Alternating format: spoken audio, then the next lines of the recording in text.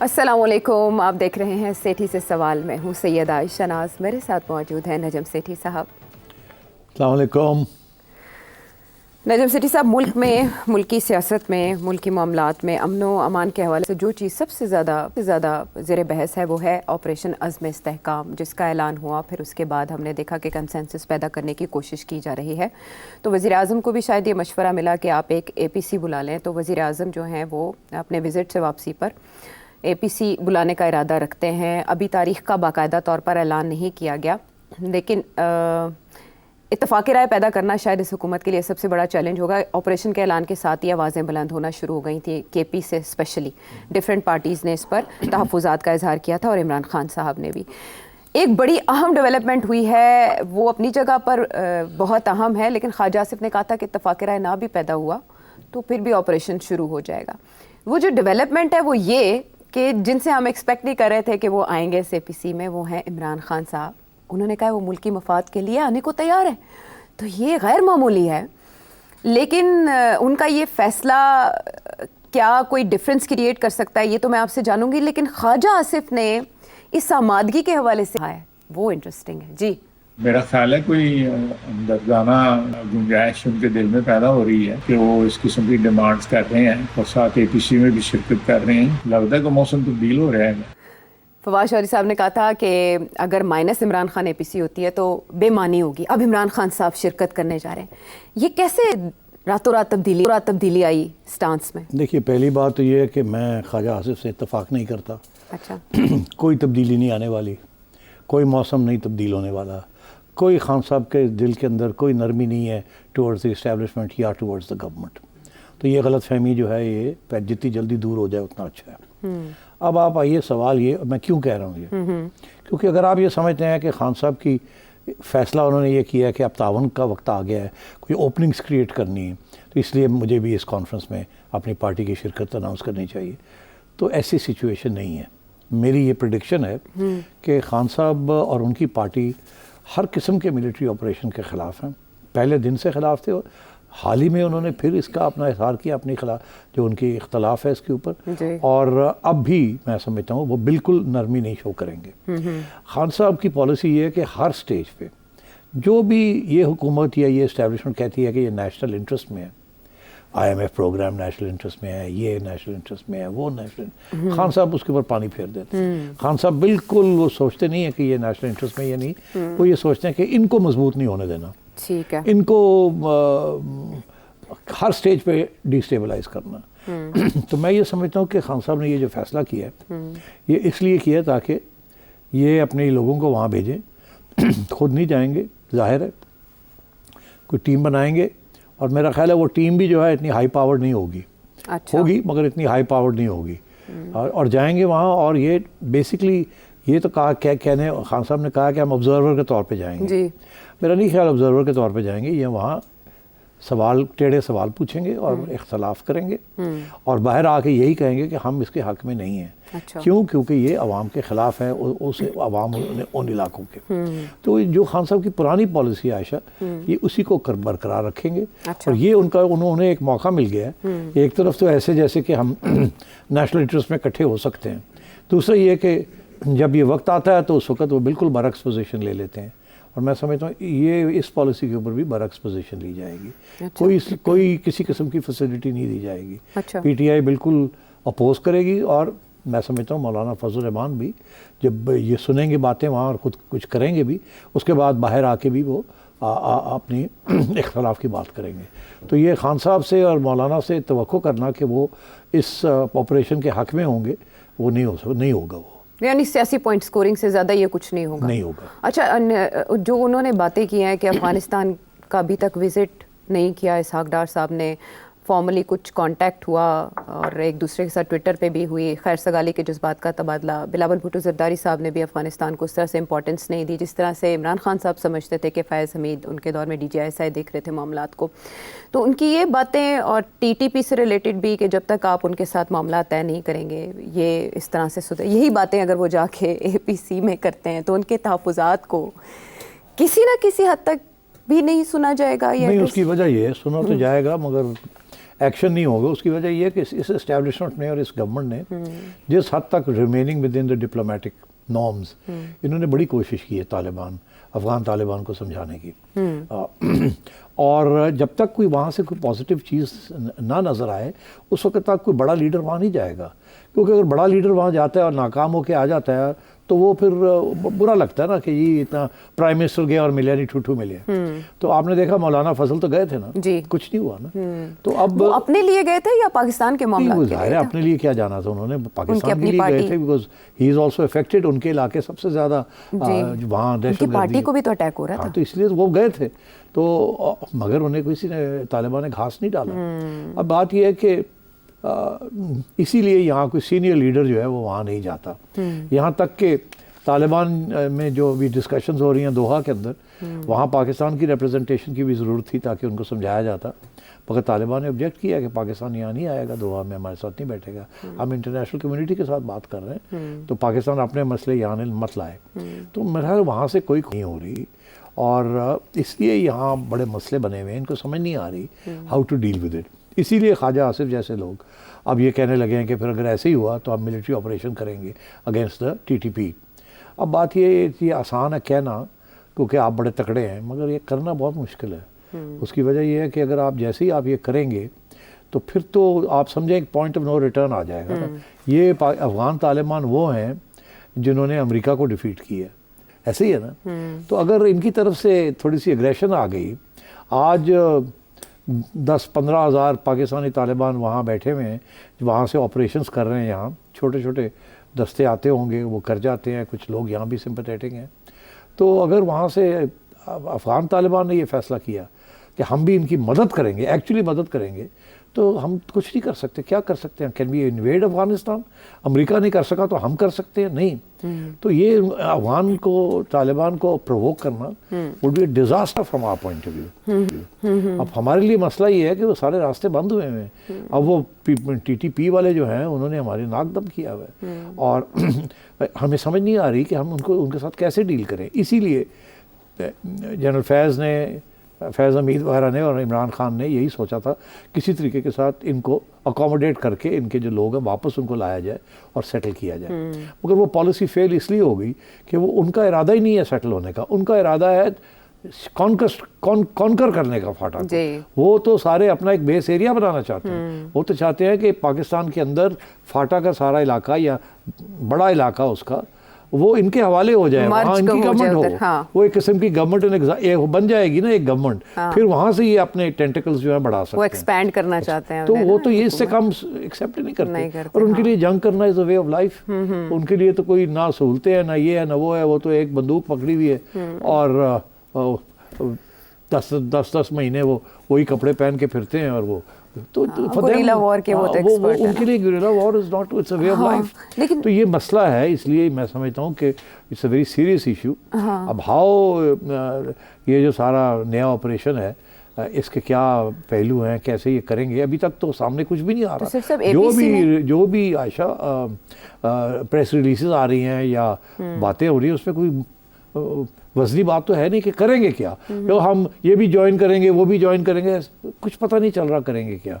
और शक ये है कि एक्चुअली फिजिकल ऑपरेशन जब होगा तो फिर और उसी किस्म के मसाइल ना बने जिस किस्म के पहले थे डिस्प्लेसमेंट के।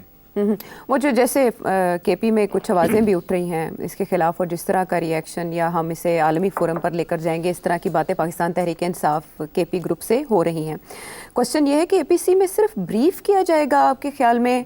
APC सबसे पहले तो ये बताएं आपकी प्रेडिक्शन क्या कहती है, होगी भी जैसे पिछले साल मुलतवी हो गई थी, शहबाज शरीफ साहब ने बार बार इंदिया दिया, 3 तारीखें आई भी लेकिन नहीं हो पाई। अब देखिए ना ये जो कोर कमांडर्स की मीटिंग हुई है जिसमें उन्होंने एक फिर बयान दिया है कि हम पीछे नहीं हटेंगे, हम ये करेंगे। उन्होंने कहा है जो कयास आराइयाँ हो रही हैं उन पे तशवीश है, जो तनकीद की जा रही है बिला जवाज़ है, बिला जवाज़। तो अब बात यह है कि ये एक अपॉर्चुनिटी है गवर्नमेंट को कि फिर अपनी सिंसेरिटी दिखाने की कि हमने पूरी कोशिश की थी लोगों को साथ ले जाने की, मगर ये बात नहीं मानते, जो कि होगा नहीं मानेंगे ये। अच्छा। ये ना मौलाना मानेगा ना इमरान मानेगा, जो भी ये कहेंगे वो नहीं मानेंगे। उनके और सियासी इंटरेस्ट हैं और तजिया भी उनका फ़र्क है। मगर बात यह है कि उनके पास सोल्यूशंस भी तो नहीं है ना। क्या मौलाना फजल के पास कोई सोल्यूशन है? नहीं है। क्या इमरान के पास कोई सोल्यूशन है? नहीं, उन्होंने ट्राई कर लिया ना सोल्यूशन, जी। तो वो नहीं ना चली, तो अब फिर कहाँ जाना है? तो ये जाएंगे नहीं वहाँ, सोल्यूशन नहीं देंगे ये मगर ये अपोज करेंगे जो सोल्यूशन रियासत दे रही है। नहीं, अगर ये यूटर्न भी ले सकते हैं कि हम शिरकत ही नहीं करेंगे, बॉयकॉट कर सकते हैं? देखिए, ये आपका बड़ा जायज़ सवाल है। पहली बात तो ये है कि क्या गवर्नमेंट विल गो अहेड और नॉट। गवर्नमेंट की इंटेलिजेंस एजेंसियां गवर्नमेंट को बताएंगी कि ये आएंगे भी या नहीं आएंगे, या आखिरी वक्त पे ये नहीं आएंगे। अच्छा। अगर तो ये इंटेलिजेंस एजेंसियां ये कहती हैं कि ये आखिरी वक्त पे भाग जाएंगे तो गवर्नमेंट नहीं करेगी, बिकॉज फिर फ़ायदा क्या हुआ ये करने का। ये भी तो हो सकता है कि भाग जाने की रिपोर्ट मिले तो ये करें, कहें वो नहीं आए। हाँ, हो सकता है, बट मेरा ख्याल है फिर फ़ायदा कोई नहीं उसका, बिकॉज फायदा तो इस तरह भी नहीं है और इस तरह पार्लियामेंट भी के अंदर तो ये बातें हो सकती थी ना, ये सवाल नहीं हुई ना पार्लियामेंट के अंदर, तो इस एपीसी से क्या मिलेगा इनको? ये एक समझे ना, ये एक पब्लिक रिलेशनिंग एफर्ट है या टॉकिंग शॉप है। हाँ, कि हमने Points सबको कोई। कोशिश की इकट्ठा करने की, नहीं माने, बस अब हम क्या करें, मजबूर हैं, we have to go ahead. तो ये सियासी तौर पे पब्लिक रिलेशनिंग है। अच्छा। मगर इसकी ज़रूरत क्यों आई है पेश? इसीलिए आई है क्योंकि पार्लियामेंट के अंदर पीटीआई बात करने के लिए तैयार नहीं है किसी चीज़ के ऊपर।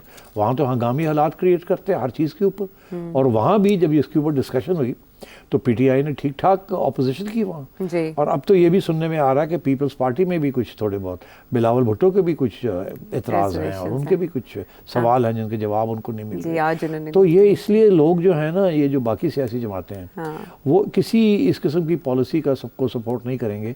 जो पॉलिसी जहाँ वो इम्प्लीमेंट होगी, अगर वो वहाँ के लोग उसके खिलाफ है, तो ये बाकी सियासी जमातें हुकूमत को सपोर्ट नहीं करेंगी।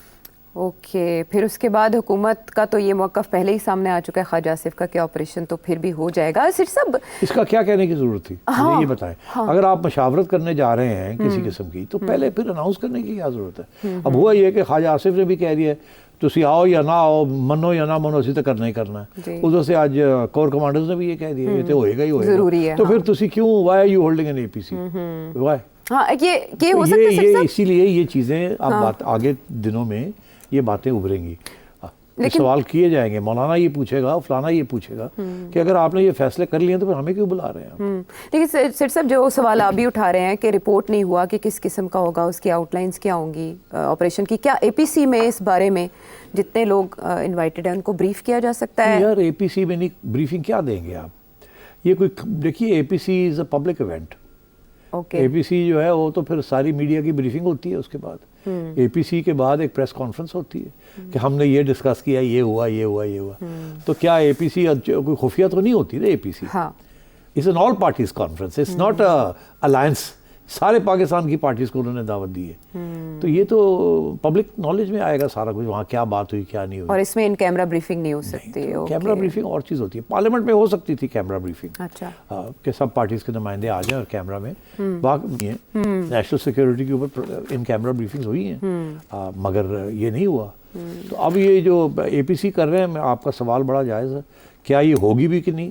क्या अभी डेट नहीं दी ना? नहीं, अभी तक तो अभी नहीं तो है। वो अपने लोग भेजेंगे ना जी, मौलाना के पास भी और इधर उधर भी, और वो चेक करेंगे कि इनके इरादे क्या हैं, खान साहब के इरादे क्या हैं। अच्छा। ये आके वहाँ क्या शोर डालेंगे, या चुप करके बैठेंगे, या इत्तेफाक करेंगे, या क्या करेंगे? क्योंकि वो डिरेल तो नहीं होना चाहेंगे ना कि डिरेल हो जाए। तो मैं समझता हूँ अगले 3-4-5 दिनों में कुछ क्लैरिटी आएगी इसके ऊपर। चलें, ठीक है। ये तो एपीसी की एबीसी हमने समझी। इमरान खान साहब ने जो मीडिया से गुफ्तगू की है गैर रस्मी सहाफ़ियों से डयाला जेल में, उसमें जो एक और उन्होंने लॉन्च किया है अटैक, वो काजी फायज़ ईसा चीफ जस्टिस ऑफ पाकिस्तान उनके हवाले से किए, और आइन के आर्टिकल 25 का भी हवाला दिया, पसंद नापसंद नहीं होनी चाहिए, और ये कि उन्हें समझ नहीं आता कि काजी फायज़ ईसा उनके हवाले से केसेस में कैसे आ जाते हैं। लेकिन इससे भी बड़ी बात जो है वो ये कि अगर उन्हें इंसाफ ना मिला तो वो भूख हड़ताल करेंगे। सिट साहब, इंसाफ से क्या मुराद है, और ये भूख हड़ताल किस तो फिर तरह आपने की? 3 सवाल खड़े कर दिए। पहला सवाल ये कि क्यों काजी फायज़ ईसा के ऊपर अटैक आ रही है? क्या वो कोई ऐसी चीज़ कर रहे हैं जो पहले कभी नहीं हुई? हाँ। दूसरा आपका सवाल का भूख हड़ताल। हाँ। अब बात यह है कि काजी फायज़ ईसा सब क्या कर रहे हैं जो कि बंदयाल साहब ने नहीं किया? सिर्फ ये कि बंदयाल साहब ऐसे कर रहे थे और काजी साहब ऐसे कर रहे हैं। तो खान साहब को उस वक्त तो याद नहीं आया ना कि बंदयाल साहब जो हैं, जो भी फैसले हो रहे थे वो खान साहब के हक़ में हो रहे थे। अब ये है कि इल्ज़ाम ये है कि काजी फायज़ ईसा साहब हर बेंच पे बैठ जाते हैं और उसको मैनिपुलेट करने की कोशिश कर रहे हैं, यही इल्ज़ाम है ना खान साहब का। तो अब बात ये है कि उस वक़्त चुप थे, अब आप बोल रहे हैं, तो ये सियासत है, ये this is the way it is. अच्छा, अगला सवाल ये है कि खान साहब की भूख हड़ताल। अब देखिए जो केसेस हैं ना इस वक्त, 3 बड़े अहम केसेस हैं जिसमें काजी फायज ईसा साहब बैठे हुए हैं। जैसे मैंने कल कहा था कि पहला केस ये है कि रिजर्व सीट्स, दूसरा ये है कि इलेक्शन ट्राइब्यूनल्स, तीसरा ये है रिकाउंटिंग कि किस स्टेज पे होगी और कैसे होगी एंड सो ऑन, कौन जजेस बैठेंगे एंड सो ऑन। तो बहुत अहम है। अगर ये जजमेंट जाती है ख़िलाफ़ रिज़र्व सीट्स के और खान साहब को रिज़र्व सीट्स नहीं मिलती जी, तो उसके साथ एक सिचुएशन बनेगी, और अगर खान साहब को वो सीटें मिल जाती हैं तो फिर एक और सिचुएशन बनेगी। ये हमने पहले भी डिस्कस किया। तो दिस इज़ क्रिटिकल। अगर खान साहब को सीटें मिल जाती हैं तो पार्लियामेंट का चलना मुश्किल हो जाएगा। अगर खान साहब को नहीं मिलती तो इनको 2/3 मेजॉरिटी मिल जाएगी, ये फिर धक्के लगा के बहुत कुछ कर सकते हैं कानूनी तौर पे जी। तो फिर जब वो कानूनी तौर पे करेंगे तो उस वक्त फिर और अदालतों के अंदर केसेस, हर चीज़ के ऊपर केस खुलेगा, ठीक है। और काजी साहब बैठे होंगे तो काजी साहब जो है उसको फिर मीडिएट करेंगे। तो ये इसलिए this is a very important case. Similarly ये जो था जिसमें अब गवर्नमेंट ने कानून बना दिया है कि जी रिटायर्ड जजेस होंगे ट्राइब्यूनल्स में, ये भी बहुत अहम था, मगर इस पर काजी साहब ने थोड़ी सी स्पेस दे दी, कि स्टे दे दिया। उन्होंने कहा हाँ आपस में मामलात कर लें और मगर स्टे वो दे अब दिया। ओवरटेक और वो पहले वाले ट्राइब्यूनल्स खत्म कर दिए ना। तो मिल गई ना स्पेस, मिल गई गवर्नमेंट को। जी। तो गवर्नमेंट ने उस स्पेस के अंदर एक कानून पास कर दिया।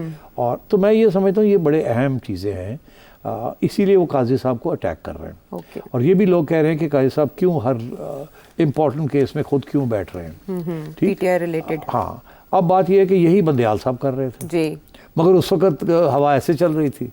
तो अब अनफॉर्चुनेटली ये जो सियासत चल रही है, और ये सियासत है बेसिकली, मैं आज कह दूं, देखिए जब सियासी जमातों के दरमियान इख्तलाफ होता है, लड़ाई झगड़े होते हैं, तो क्योंकि सियासतदान होते हैं वो रास्ते ढूंढ लेते हैं कॉम्प्रोमाइज़ के।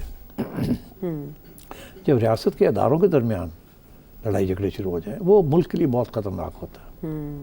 ये point is worth making again and again, क्योंकि इस मुल्क में रियासत के इदारों के अंदर कभी इस किस्म की शदीद इख्तलाफ नहीं हुए जो कि आज नज़र आ रहे हैं। जी। तो इसलिए मैं समझता हूँ this is far more important the judiciary establishment clash than the Imran Khan Noon League clash. This is something we should worry about. Okay. इसके consequences can be very dangerous. So keeping this in mind, I think Khan साहब has decided कि जैसे भी है काजी फायज ईसा standing in his way, इनको निकालना है ताकि टिल्ट हो सके जुडिशरी टुवर्ड्स हिम। तो ये दिस इज हिज स्ट्रेटजी। अब आपने कहा वो भूख हड़ताल, जी, इंसाफ ना मिला तो यानी फैसले अगर हक में नहीं आते, हाँ, तो फिर तो बात ये है कि भूख हड़ताल आपने देखा कि पुराने ज़माने में भी, बरतानिया के ज़माने में भी बड़े बड़े सियासतदान भूख हड़ताल करते थे as a form of protest. जी।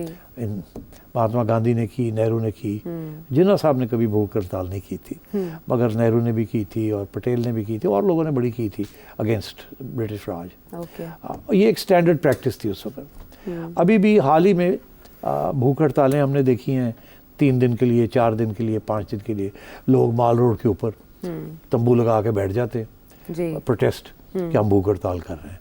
फिर वो मीडिया पहुंच जाता है, फिर एक पब्लिसिटी होती है, सिंपैथी मिलती है। मेरा नहीं ख्याल सिंपैथी ज़्यादा मिलती है, बिकॉज लोग बड़े सिनिकल हैं। वो कह रहे हैं ख़त्म हो जाएगी 3 दिन, 4 दिन, 2 दिन बाद, और होता भी ऐसे ही है। फिर वो जूस पी लेते हैं, फिर वो उनको अस्पताल ले जाया जाता है, उसके बाद सारे भूल जाते हैं भूख हड़ताल हुई या ना हुई। जैसे यासीन मलिक साहब के साथ। जैसे यासीन मलिक साहब आप देखें ना, उससे ज़्यादा डेडिकेटेड शख्स कोई नहीं था। उनको ले गए, उन्होंने बड़ी सख्ती के साथ भूख हड़ताल की, but then he fail, he was about to die, blood pressure की वजह से। तो फिर जब वो ये हुआ तो उनको उठा के ले गए अस्पताल, and then obviously he had to call off, उसको फीड करना पड़ा, तो भूख हड़ताल खत्म हो गई। या तो ये हो कि you are ready to die. Okay. तो जो लोग भूख हड़ताल करते हैं उनमें से 100 में से एक ही होता है जो तैयारी करके आता है कि मैंने मर जाना है, मैंने सेक्रीफाइस करनी है। मेरा नहीं ख्याल खान साहब उस मूड में है, मगर अगर खान साहब ने कोई भूख हड़ताल की खुद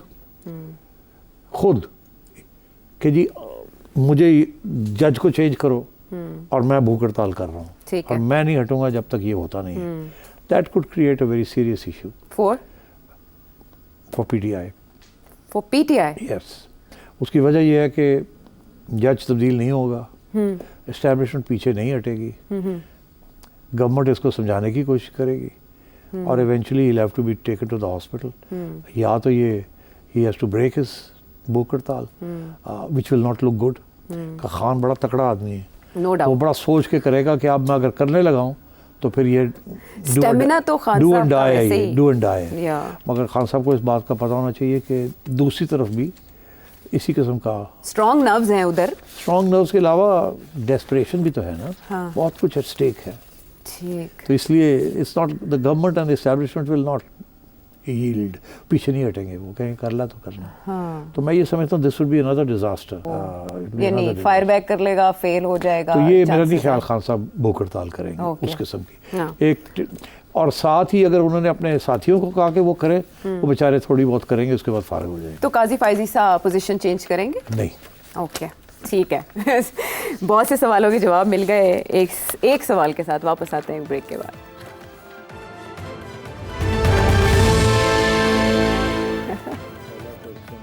शो में एक बार फिर खुश आमदीद सेठी साहब. तब्दीली आ नहीं रही, तब्दीली आ गई है. हाँ, तब्दीली आ गई है, यूके में आ गई है. यूके में आ गई है. मदर डेमोक्रेसी हमारी, जिनसे हमने ये नहीं सीखा कि इंतखाब में हार कैसे मानते हैं, ग्रेसफुली शिकस्त को तस्लीम कैसे करते हैं. ये आज नज़ारा देखने को जब मिला ना तो दिल बाग बाग हो गया. मगर आशा, यूके में तो हमेशा ऐसे ही होता है, क्योंकि ये कोई नई बात तो नहीं है. हमेशा से ऐसे हुआ. ऐसे ही हमेशा ऐसे ही होता है. अच्छा. जब आराम से स्टेप असाइड हो जाते हैं और वो जो नया प्राइम मिनिस्टर है वो चला जाता है क्वीन को मिलने. अच्छा. और ख़त्म हो जाती है अब बात. तो किंग को मिले. अब तो किंग को मिलेंगे.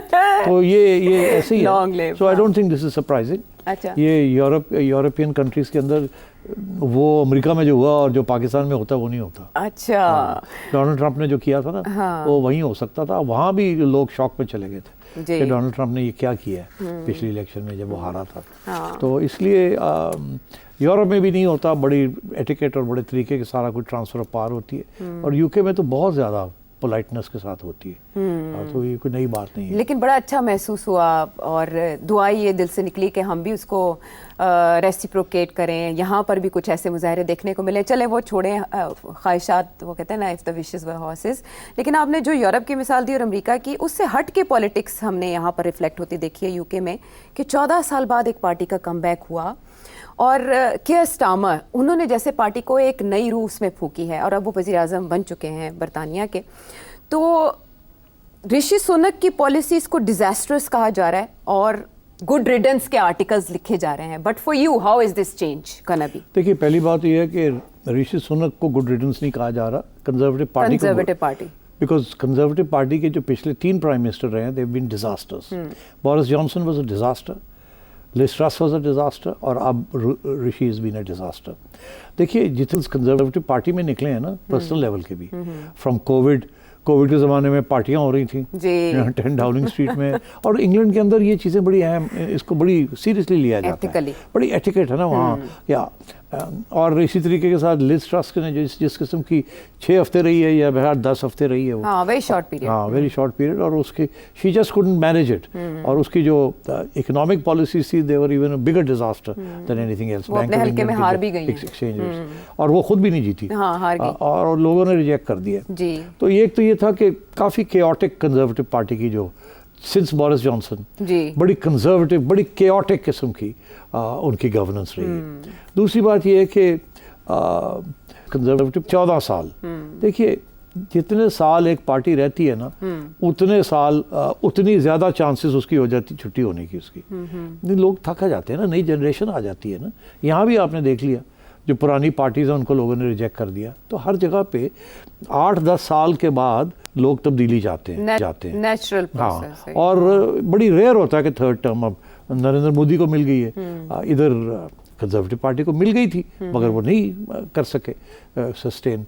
तो ये है कि ये तो आई थिंक इट्स थोड़ा सा इशू ये है कि लेबर पार्टी ने भी जब अपनी लीडरशिप चेंज की, वो इसलिए चेंज की, उनका जो पहले जो जेरेमी कॉर्बिन जो वो he was too far left.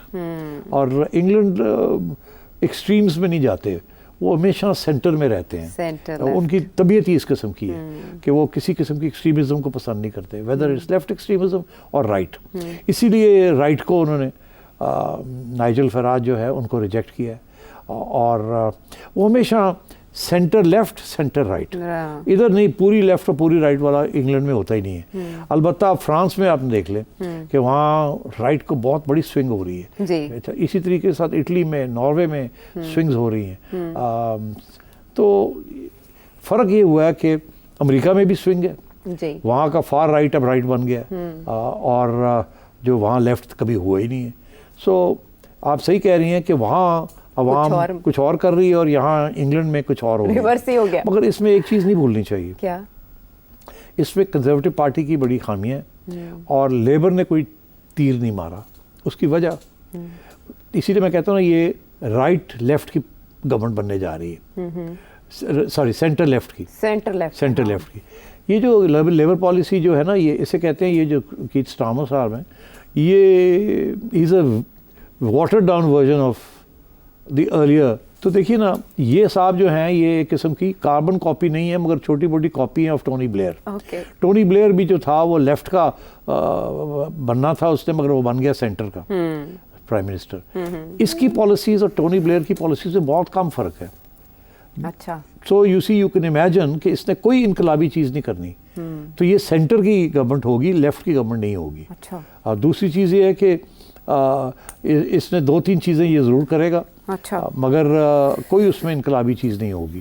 तो इसलिए देखो ना, ये ट्रम्प के साथ ठीक ठाक काम करेगा। अच्छा। दूसरी चीज़ ये है कि ये यूक्रेन के ऊपर इसकी वही पॉलिसीज़ होंगी जो कि कंजर्वेटिव पार्टी की हैं।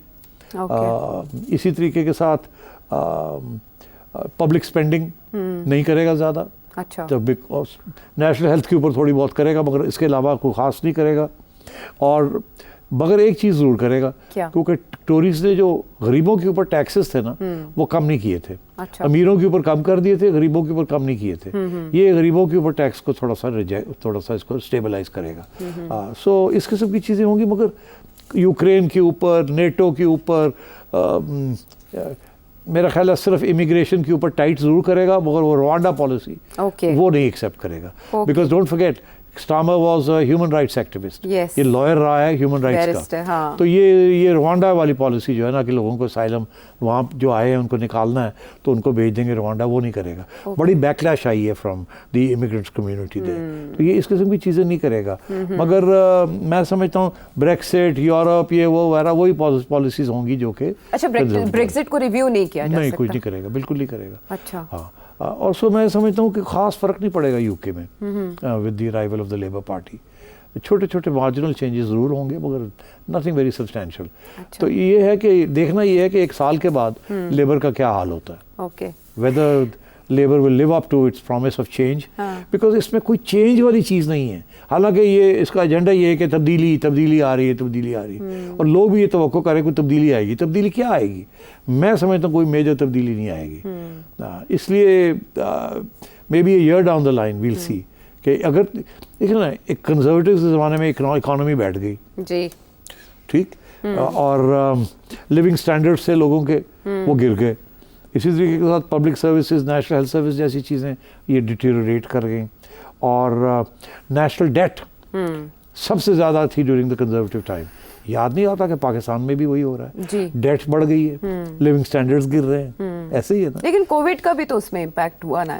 हाँ, वो कोविड तो 1-2 साल थी ना, यहाँ भी कोविड चली है, हर जगह पे चली है, तो अमेरिका में भी चली है। कोविड तो अफेक्टेड एवरीबॉडी, मगर उसके बाद रिकवरी नहीं हुई ना। रिकवरी भी तो होनी थी, कोविड तो 2 साल पहले थी, तो अब रिकवरी होनी चाहिए थी, रिकवरी नहीं हुई। एंड सो आई थिंक एक बड़ा रीसेट नहीं कर सकते ये, यहाँ 400 पार मोदी साहब नहीं कर सके, वो कर गए। लैंडस्लाइड विक्ट्री उन्हें कहा जा रहा है कि उन्होंने हासिल कर ली है। वो एक मजबूत वज़ीर आज़म के तौर पर कोई बड़ी चेंजेस नहीं कर पाएंगे इकोनॉमी के हवाले से? I doubt it.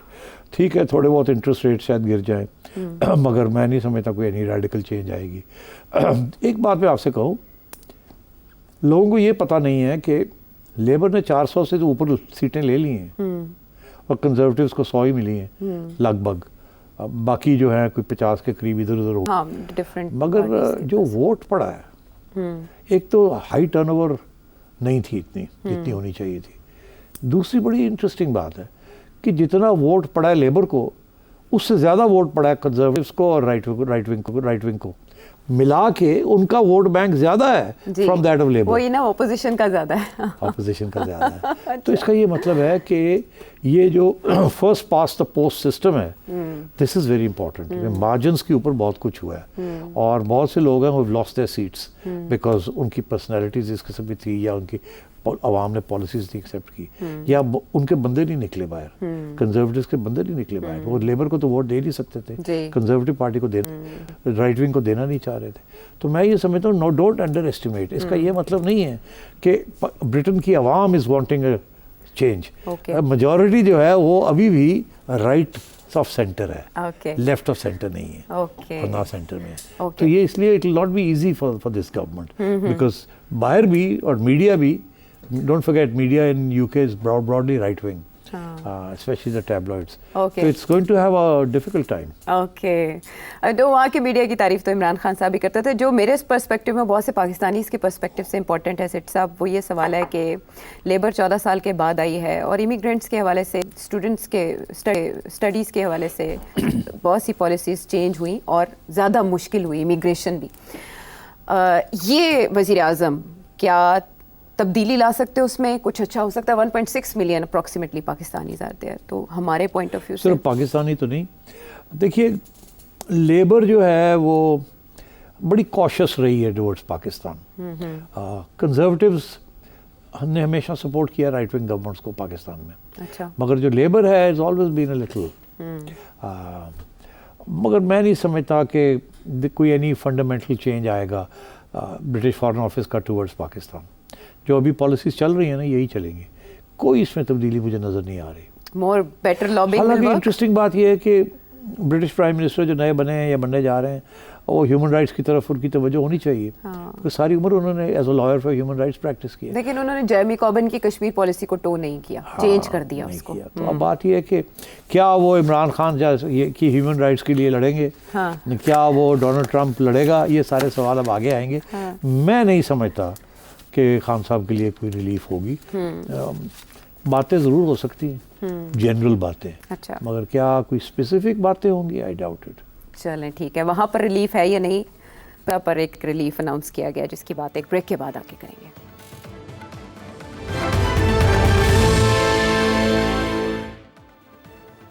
शो में साथ देने का शुक्रिया। मुल्क के तूलो अर्ज़ में जो झटके सबसे ज़्यादा महसूस किए जा रहे हैं वो बिजली बिल्स के हैं।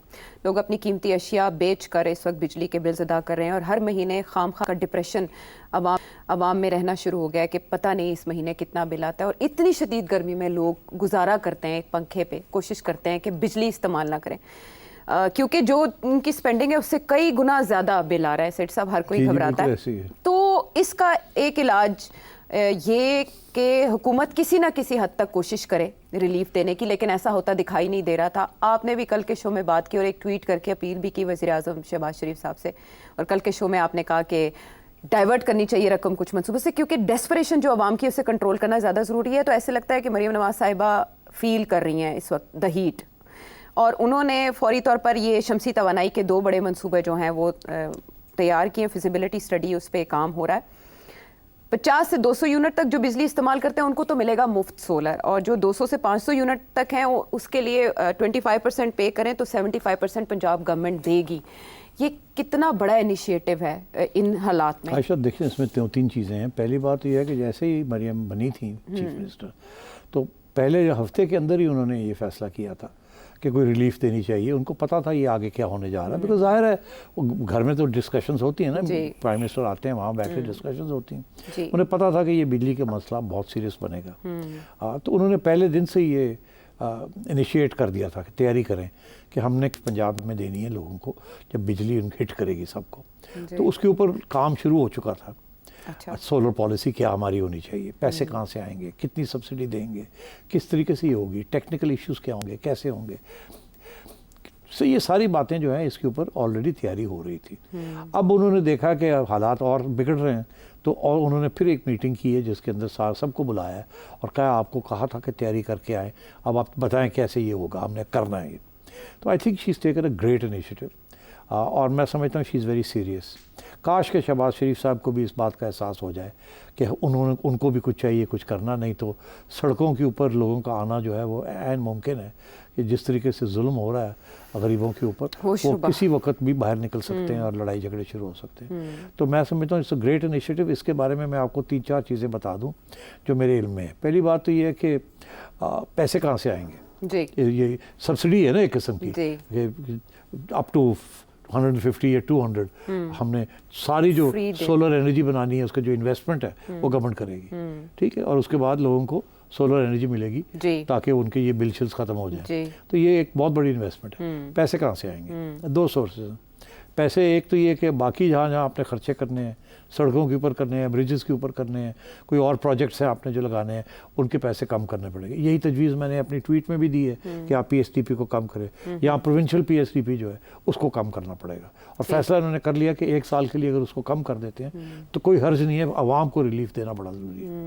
मैं समझता हूँ सियासी तौर पर भी बड़ा इंपॉर्टेंट है। ये फिर किसी वक्त डिस्कस कर लेंगे, बिकॉज अगर इस गवर्नमेंट की छुट्टी हो जाती है फॉर वन रीज़न और अनदर तो सबसे ज़्यादा डज लगेगी मुस्लिम लीग नून को, ठीक है ना, और पंजाब में उड़ जाएंगे ये, यही तो उनकी बेस है। तो मरियम का जो जॉब है टू सिक्योर पंजाब, कल को छुट्टी हो जाती है फेडरल गवर्नमेंट की तो पंजाब के अंदर क्या होगा क्या नहीं होगा एंड सो ऑन, तो वो शी इज़ वेरी कंसर्न्ड, तो इसलिए वो ये सोलर की तरफ जा रही। दूसरी चीज़ ये है कि पूरे पैसे तो कुछ प्रोजेक्ट्स हैं वो ऑन गोइंग है, उनको तो आप रोक नहीं सकते, वो पीछे आ रहे हैं, उनको चलाना है। तो फिर ये क्या है, इन्होंने बैंक ऑफ पंजाब से बात की है और बैंक ऑफ पंजाब जो है वो लोन्स देगा।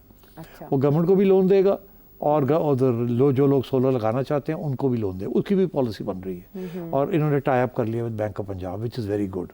That's good initiative by the bank of Punjab president. So एक तो ये, दूसरा ये कि इसमें टेक्निकल इश्यूज बड़े हैं, बहुत टेक्निकल इश्यूज प्रॉब्लम। देखिए गरीबों के घर के ऊपर छतें नहीं होती उस किस्म की, क्योंकि एक दूसरे के साथ लगे हुए होते हैं, कोई ऊपर होता है कोई नीचे होता है, फ्लैट छत बड़ा मुश्किल होता है, ठीक है ना। तो वहाँ आप छत के ऊपर कैसे लगाएंगे? तो वहाँ पर ये प्लानिंग करनी पड़ेगी कि इतना बड़ा ये पूरा इलाका जो है यहाँ छतों के ऊपर नहीं हो सकता, यहाँ कोई कम्युनिटी कोई के ऊपर वहाँ सोलर का बनाना पड़ेगा और वहाँ से फिर बिजली देनी पड़ेगी टू द वेरियस फीडर्स। तो वो क्लस्टर्स उसको भी बनाएंगे, ये कि इधर इतने देनी है इस जगह से, किसी पार्क में लगा देंगे बहुत बड़ी, या कोई जगह कोई टावर बनाएंगे वहाँ करेंगे एंड सो ऑन। तो इससे बड़े टेक्निकल इश्यूज हैं, तो ये इंशाल्लाह करेंगे। ये from what I can tell it's a very serious initiative and मैं दाद देता हूँ कि ये सबसे पहला सीरियस इनिशिएटिव जो मैं देख रहा हूँ। ना सिंध में ऐसा इनिशिएटिव हुआ है, ना फेडरल गवर्नमेंट ने कोई ऐसा इनिशिएटिव लिया है, and I must give full marks कि उन्होंने, मरियम ने ये एहसास किया है कि ये सियासी तौर पर भी और वैसे भी as a poverty alleviation strategy this is very good. I hope इसको जितनी जल्दी हो सके इसको इम्प्लीमेंट किया जाए। जाते जाते मैं ये कह दूँ कि अफसोस इस बात का है कि फेडरल गवर्नमेंट ने कोई इस किस्म की पॉलिसी अभी तक नहीं बनाई कि वो भी इस किस्म की कोई पॉलिसी सोलर की बनाए। वो तो जिन लोगों के पास सोलर लगे हुए हैं उनको टैक्स करने का सोच रहे हैं। ये बिलावल भुट्टो जरदारी साहब ने आपका कि कुछ बाबुओं का मशवरा था, एक बाबू का कि उधर टैक्स लगा दें। उधर तो कंफ्यूजन ही बहुत है, बहुत कंफ्यूजन। आईपीपीएस के साथ आप रीनेगोशिएट करने के बजाय आप इधर टैक्स लगाने का, वो भी मसले हैं जी, इतना आसान नहीं है रीनेगोशिएट करना, मगर कम से कम एफर्ट तो होना चाहिए, नजर तो आए ना कम क्या आप कर रहे हैं, आपको तकलीफ है। की है और इन हालात में अगर आप उनको बेइज्जत करते हैं और थोड़ा बहुत प्रेशर डालते हैं आवाम का और मीडिया का, तो शायद वो पीछे हट जाए, रीनेगोशिएट कर लें। तो आई थिंक इट्स टाइम इस किस्म के initiative should be taken. Federal government is lacking in this. चलें, और लेकिन दूसरी तरफ हम ये भी देख रहे हैं कि जो ओवर बिलिंग है प्रोटेक्टेड सार्फिन पे, उस पे भी एफआईए लाहौर ने कम से कम कार्रवाई का आगाज़ कर दिया। ये भी एक और अच्छा इकदाम है। आपके सवालों का रहेगा इंतजार अगले प्रोग्राम तक के लिए। लेने के बाद